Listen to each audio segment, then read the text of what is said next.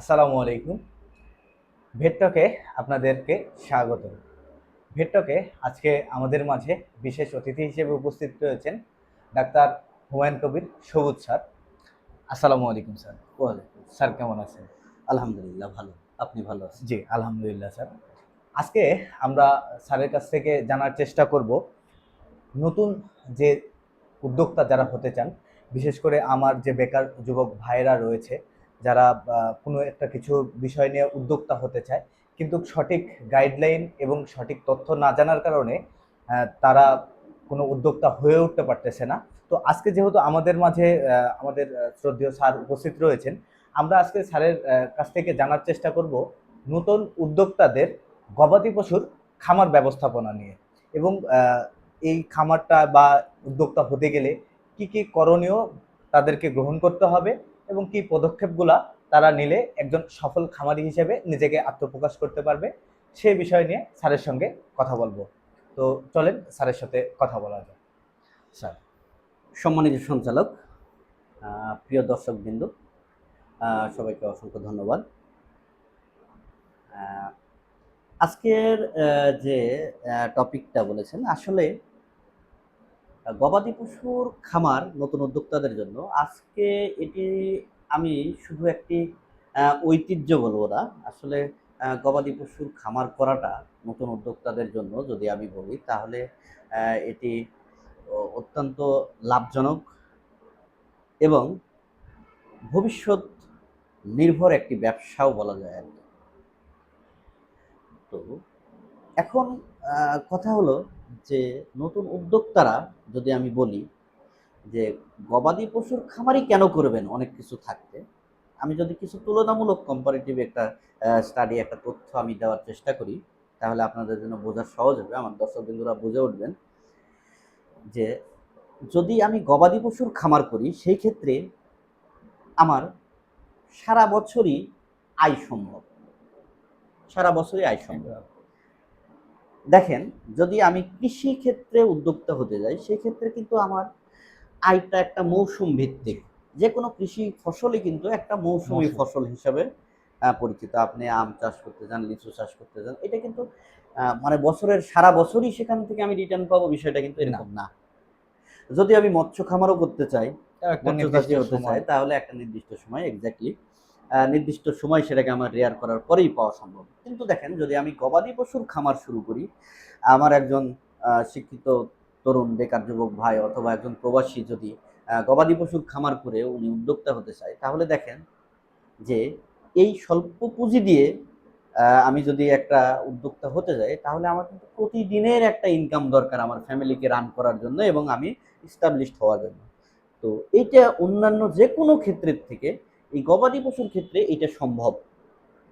কিভাবে সম্ভব দেখেন, যদি আমার একজন ভাই, একজন বোন যদি নতুন উদ্যোক্তা হিসেবে উনি খামারি হতে চান, গবাদি পশুর খামার করতে চান, যদি উনি দুটো গাভী, বাচ্চা সহ দুটো গাভী নিয়ে খামার শুরু করেন, উদ্যোক্তা হতে চান, তাহলে দেখেন যে আমার দেশের আসপেক্টেও যদি একজন ভাই বোন একটা দুইটা ফ্রিজিয়ানের গাভী নেয় বাচ্চা সহ, তাহলে এভারেজে কিন্তু 12, 14, 16 লিটার দুধ পাওয়া সম্ভব।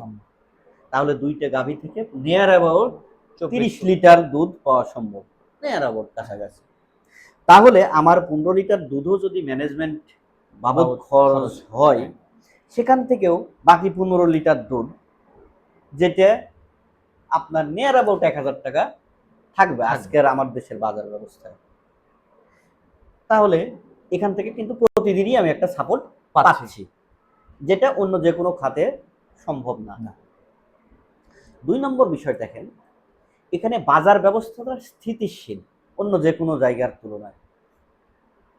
কিভাবে স্থিতিশীল? আমার মাংস, দুধ, ডিম এর চাহিদা কিন্তু যে রাতারাতি ফল করবে এর সম্ভাবনা নাই। কারণ এগুলো আমাদের নিত্যদিনের বিষয় সঙ্গে এবং দিন দিনের চাহিদাটা এক্স্যাক্টলি বাড়তেছে। দিন দিন চাহিদাটা আমাদের এই চাহিদাগুলো বাড়ছে। সেই ক্ষেত্রে বাজার ব্যবস্থাটা স্থিতিশীল, দিন দিন বাড়ছে, এটা কমে যাওয়ার সম্ভাবনা নেই। দ্রুত মূলধন রিটার্ন, মানে আমি প্রতিদিনই আয় করছি, প্রতিদিনই কিছু আয় আসছে, আমার একটা রিটার্ন আসছে। এটার আরেকটা দিক যে সমন্বিত পারিবারিক অংশগ্রহণের একটা সুযোগ আছে। আপনি কৃষি করেন, ফিশারি করেন, এগুলো কিন্তু বাড়ি থেকে বাইরে। কিন্তু আমার গবাদি পশুর খামারটা কিন্তু বাড়ির মধ্যেই করা সম্ভব। সেই ক্ষেত্রে আমার ফ্যামিলির একজন মেম্বার বাইরে গেলেও আরেকজন মেম্বার কিন্তু সাপোর্টটা তাদেরকে খাবার দেওয়া বলেন, পানি দেওয়া বলেন, মানে পারিবারিকভাবে অংশগ্রহণ করে এই খামারটাকে রান করা সম্ভব, যেটা অন্য জায়গায় এটা সম্ভব না। এটা অনেক বড় একটা প্লাস পয়েন্ট। কিন্তু আপনি দেখেন যে আমি বা আপনি যেই শুরু করতে যাই, সব সময় ওখানে সময় দেওয়া এককভাবে কিন্তু কঠিন, বাট সার্বক্ষণিক মনিটরিং কিন্তু দরকার। আপনি যেটাই করতে যান, যদি সেখান থেকে প্রফিট চান, তাহলে সার্বক্ষণিক মনিটরিং লাগবে। এই ক্ষেত্রে কিন্তু আমার ফ্যামিলির কেউ না কেউ সেই ব্যাকআপটা দিতে পারছে। এর সঠিক বলেছেন আপনি। পাশাপাশি এখানে কর্মসংস্থানের একটা ব্যবস্থা হয়ে যাচ্ছে কিন্তু আপনি একটু রান করার পরে, বা আমার নিজের একটা কর্মসংস্থান হচ্ছে, আমার চাকরি নেই, এই যে সাফোকেশন, এই যে অতৃপ্তি, এটা কিন্তু দূর হওয়া সম্ভব। তাই এই বিষয়গুলো বিবেচনায় আমার মনে হয় যে যদি নতুন কোনো ভাই বোন, তরুণ বেকার, শিক্ষিত বেকার অথবা প্রবাসী নতুন উদ্যোক্তা হতে চান, সেই ক্ষেত্রে আমি পরামর্শ দেবো যে গবাদি পশু খামার করাটা বেস্ট চয়েস হতে পারে। অসংখ্য অসংখ্য ধন্যবাদ স্যার, অত্যন্ত মূল্যবান কথাগুলো আমাদেরকে বলেছেন। দেখেন, একটি বিষয় যে আমাদের বাংলাদেশের যে কর্মসংস্থানের যে একটি অবস্থা, আমার অনেক অনার্স মাস্টার্স কমপ্লিট ভাইরা যারা রয়েছেন, তারা অনার্স মাস্টার্স কমপ্লিট করার পরে 20,000 25,000 একটু ভালো পজিশনে যেতে তার অনেক সময় লেগে যায়, দেন সেখান থেকে 30,000 টাকা 35,000 টাকা আর্নিংয়ের একটা ব্যবস্থা থাকে। তো সেই মানুষটা যদি একটা ক্ষুদ্র পরিসরেও যদি শুরু করে, 2টা গাভী দিয়েও যদি সে শুরু করে, এই যে স্যার যেটা বললেন যে 30 লিটার দুধ যদি হয়, অনায়াসে সকল খরচ বাদ দেওয়ার পরেও তার কিন্তু পার ডে 1,000 টাকা 1,200 টাকা তার একটা প্রতিদিনের একটা ইনকাম সোর্স থাকতেছে। তার যে বাছুরটা, সেই বাছুরটা তার বছর শেষে একটা অ্যামাউন্ট দাঁড়াচ্ছে, তার গাভীটা সেটা একটা তার মূলধন থেকে যাচ্ছে। তো হিসাব করলে দেখা যায় যে সে অন্যান্য XYZ কাজ করার পাশাপাশি সে যদি ছোট্ট একটা ইনভেস্ট করে থাকে, তাহলে সে পার মান্থ 28-30,000 টাকা এখান থেকে পাচ্ছে, এবং তার বাচ্চা এবং যে মূলধনটা সেটা কিন্তু অটোমেটিকলি বছর ঘুরতে না ঘুরতে আরো দ্বিগুণ হয়ে যাচ্ছে। তো আমি বলবো যে আপনারা যদি কাজ করার ইচ্ছা থাকে, তাহলে অবশ্যই আপনারা এই খামারটা করবেন। তো সকলে ভালো থাকবেন, সুস্থ থাকবেন। আল্লাহ হাফেজ।